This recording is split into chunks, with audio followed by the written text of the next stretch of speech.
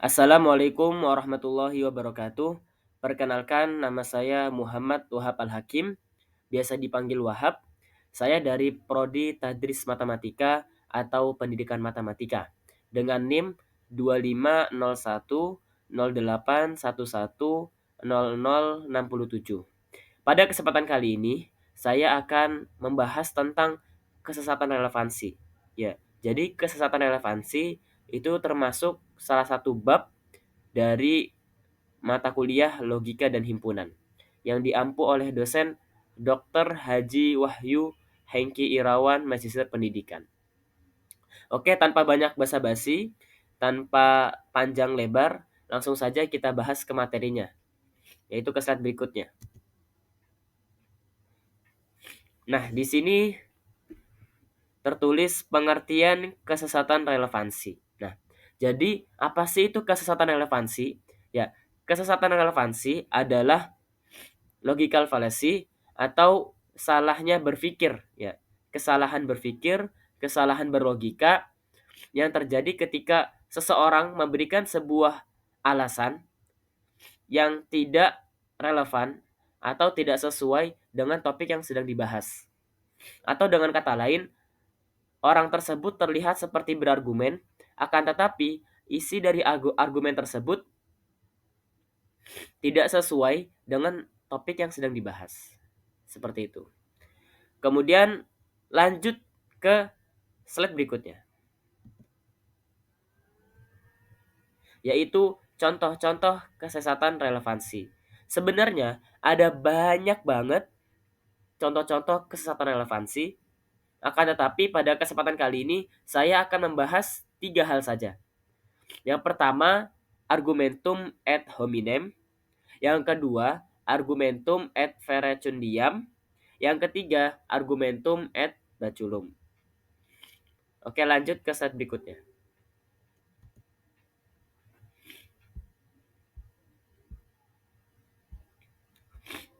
Di sini kita masuk ke contoh yang pertama, yaitu argumentum ad hominem. Ya, pengertian argumentum ad hominem adalah sebuah kesesatan logika yang mana seseorang menyerang karakter lawan bicaranya, menyerang sifat atau keadaan pribadi lawan bicaranya. Ya, sebagai cara untuk menolak argumennya, bukan menanggapi isi atau logika argumen tersebut secara langsung. Maksudnya seperti apa? Jadi, dengan kata lain, bisa kita bilang cara berdebat yang salah. Kenapa? Karena seseorang berdebat itu bukan membantah argumen dari lawan bicaranya, akan tetapi menyerang karakter lawan bicaranya, menyerang sifat lawan bicaranya. Jadi argumen yang dia miliki itu untuk menyerang karakter, sifat, kepribadian lawan bicaranya, bukan menyerang argumennya. Nah, di situ bisa kita bilang yaitu debat dengan cara yang salah. Nah, itu disebut dengan argumentum ad hominem. Kemudian, contoh dari argumentum ad hominem itu kita ambil salah satu contoh saja. Misalkan ada seseorang yang bernama A, si Fulan A. Nah, dia bilang ke Fulan B, bilang ke lawan bicaranya yaitu Fulan B. Bilang seperti ini. Sekarang kebijakan pemerintah ini sangat kurang efektif dalam mengatasi angka-angka kemiskinan. Kemudian si Fulan B ini berdebat dengan Fulan A dengan argumen, kamu yang ngomong itu kan politikus yang korup. Jadi omonganmu gak bisa dipercaya. Nah, dari sini, dari dua percakapan itu kita bisa mengambil bahwa yang si B ini lebih menyerang karakter si A. Jadi Fulan B itu bukan menyerang argumen si A, akan tetapi menyerang karakternya. Nah, dari sini disebut dengan argumentum ad hominem atau kesesatan logika yang menyerang karakter bukan argumen. Kemudian kita lanjut ke slide berikutnya. Oke. Nah, tadi sudah saya jelaskan tentang pengertian argumentum ad hominem beserta contohnya. Kemudian sekarang saya ingin mengasih sebuah dalil dari Al-Quran. Nah, ini dari surat Al-Hujurat ayat 49. Surat Al-Hujurat, ayat 11. Nah, yang berarti, wahai orang-orang yang beriman, janganlah suatu kaum mengolok-olok kaum yang lain. Janganlah suatu kaum menghina kaum yang lain. Bisa jadi mereka yang dihina lebih baik daripada mereka yang menghina. Ya. Dan jangan lupa, perempuan-perempuan mengolok-olok perempuan lain boleh jadi yang diperolok itu lebih baik daripada yang mengolok.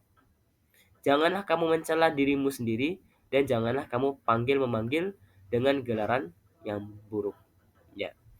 Jadi ayat ini menerangkan bahwa tidak diperbolehkannya menghina satu sama lain. Ya.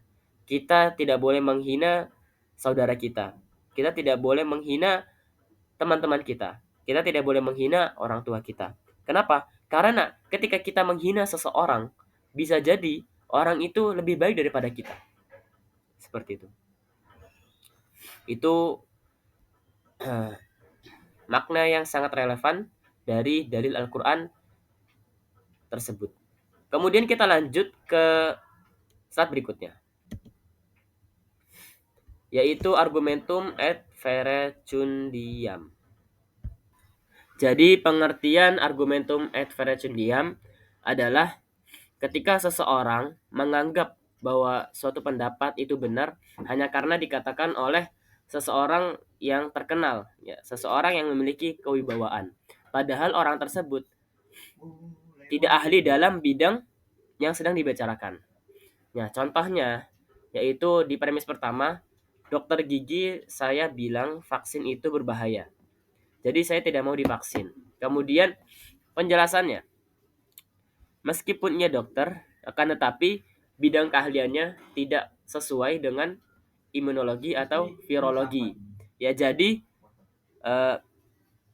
tidak sesuai dengan, meskipun dokter gigi ya, tapi tidak sesuai dengan apa yang sedang dibicarakan. Yang dibicarakan adalah vaksin, akan tetapi ini dokter gigi yang berbicara. Jadi seperti itu. Kemudian lanjut ke slide berikutnya, yaitu dalil dari Al-Quran. Ya, dalil dari Al-Quran ini kita ambil dari surat Al-Baqarah ayat 170. Yang artinya, dan apabila dikatakan kepada mereka, ikutilah apa yang diturunkan Allah, mereka menjawab, tidak, kami hanya mengikuti apa yang kami dapati dari perbuatan nenek moyang kami. Apakah mereka akan tetap mengikuti juga, walaupun nenek moyang mereka itu tidak mengetahui apa-apa dan tidak mendapat petunjuk. Ya, jadi ini waktu pas zaman jahiliyah dulu, ini mengikuti orang-orang zaman jahiliyah dulu itu mengikuti nenek moyangnya. Karena apa? Karena nenek moyangnya itu melakukan hal-hal yang zaman dulu tuh dilakukan. Seperti itu. Jadi ayat ini mencela orang-orang yang mengikuti nenek moyang tanpa berpikir kritis, ya, tanpa dicerna terlebih dahulu. Ya, diikuti aja nenek moyangnya tanpa dicerna.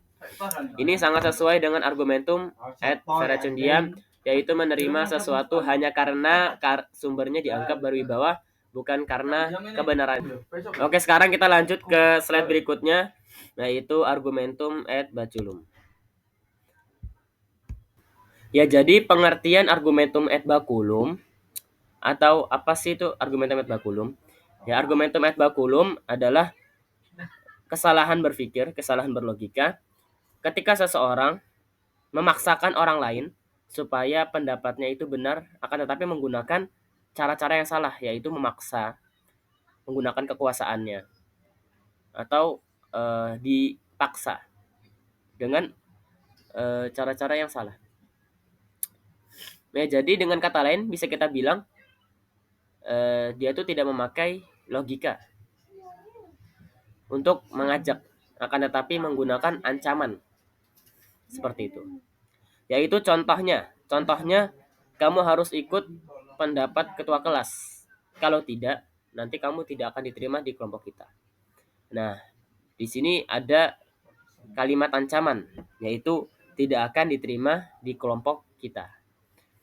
Nah, ini ancaman supaya ikut pendapat ketua kelas ya, seperti itu. Kemudian kita lanjut ke slide berikutnya, yaitu tentang dalil Al-Qur'an.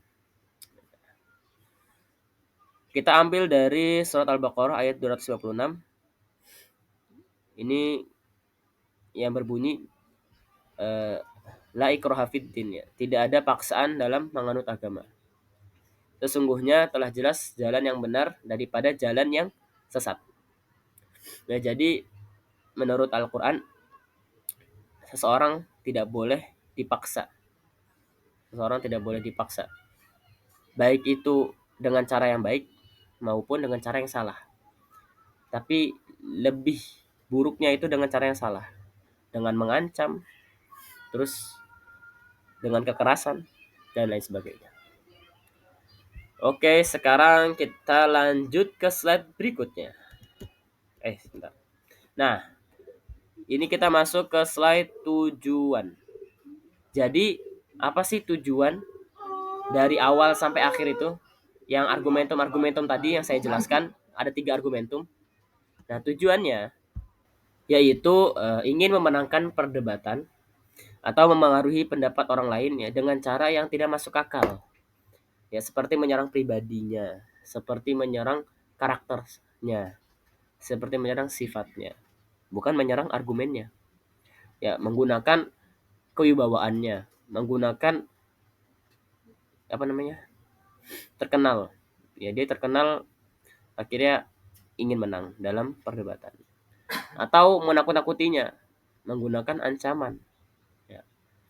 Jadi intinya bukan untuk menemukan kebenaran yang sejati. Itu tujuan dari yang saya bahas semuanya. Kemudian kita lanjut ke slide berikutnya, yaitu kesimpulan. Jadi kita masuk ke slide yang terakhir tadi, yaitu kesimpulan ya. Cara berpikir yang salah karena alasan atau bukti yang digunakan tidak sesuai dengan inti masalah yang sedang dibahas. Nah, itu kesimpulan dari yang sudah saya bahas tadi. Argumentum-argumentum, kesatuan relevansi, dan lain sebagainya. Nah, mungkin kami cukupkan di sini. Apabila ada salah katanya, kami mohon maaf. Wabillahi taufiq hidayah. Wassalamualaikum warahmatullahi wabarakatuh.